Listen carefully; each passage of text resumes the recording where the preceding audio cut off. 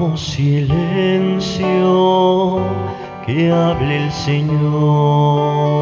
Buenos días, queridos hermanos. El día de hoy vamos a meditar el Evangelio según San Mateo, del capítulo 9, del versículo 14 al 15. Es solamente dos versículos los que vamos a ver el día de hoy. ¿Qué dice? En aquel tiempo los discípulos de Juan fueron a ver a Jesús y le preguntaron: ¿por qué tus discípulos no ayunan mientras nosotros y los fariseos sí ayunamos? Jesús le respondió: ¿cómo pueden llevar luto los amigos del esposo mientras él está con ellos? Pero ya vendrán días en que les quitarán el esposo y entonces sí ayunarán. Palabra del Señor. Gloria a ti, Señor Jesús. Qué bien nos cae en este día la palabra sobre el ayuno.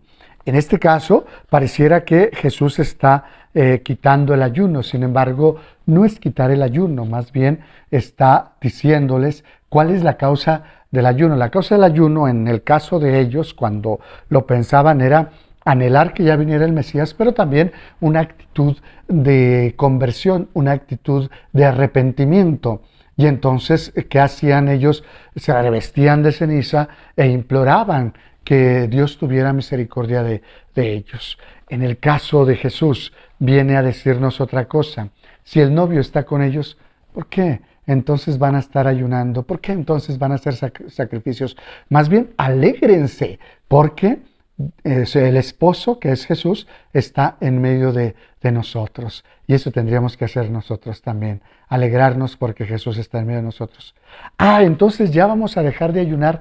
No. Recuerden que para nosotros el ayuno, es cierto, tiene el sentido de penitencia, pero también es cierto, recuerden ustedes que el ayuno es muy bueno, nos ayuda para liberarnos de todas aquellas cosas que nos están impidiendo. Recuerden la palabra de Dios que decía: hay algunos demonios que solamente con ayunos y oraciones pueden salir. Sin embargo, no hablemos solamente del ayuno material, del ayuno de comida, sino también hablemos del ayuno espiritual. Ese ayuno espiritual que nosotros tendríamos que ver en qué consiste y cuál es el que nos hace más falta a nosotros.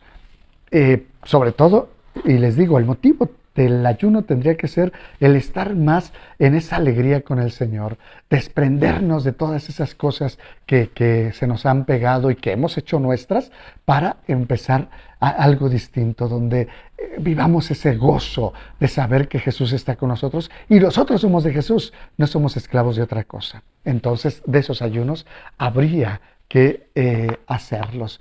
¿Como cuáles? Y empecemos, les digo alguna anécdota que escuché por ahí también en alguna predicación, de aquel maestro que está junto con todos sus discípulos, y entonces viene el dragón y todos huyen del dragón, también el maestro.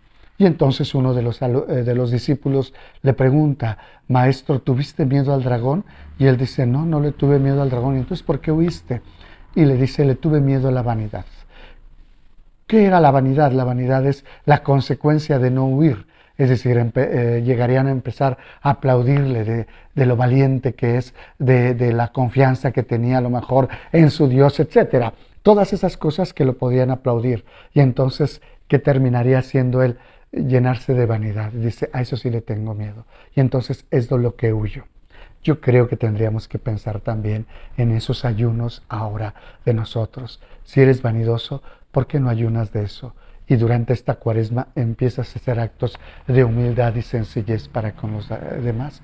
Si eres soberbio y prepotente, ¿por qué no en esta Cuaresma empiezas a ensayar también la donación hacia los demás, el servicio a los otros, la humillación de ti mismo? Si a lo mejor hasta cierto punto no has necesitado de nadie porque crees que no lo necesitas, ¿por qué no empiezas a buscar a tus amigos y ser tú quien tome la iniciativa para estar con ellos? Si el orgullo no deja que tengas ese espacio de humildad con tu esposo o tu esposa, con tus hijos o tus hijas, ¿por qué no lo practicas ahora? ¿Y por qué no te acercas a ellos pidiendo disculpas cuando te equivoques?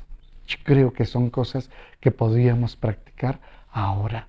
Y esas cosas, fíjate, no hacerlas tanto por mí, no hacerlas tanto por ellos, sino hacerlas por Jesús.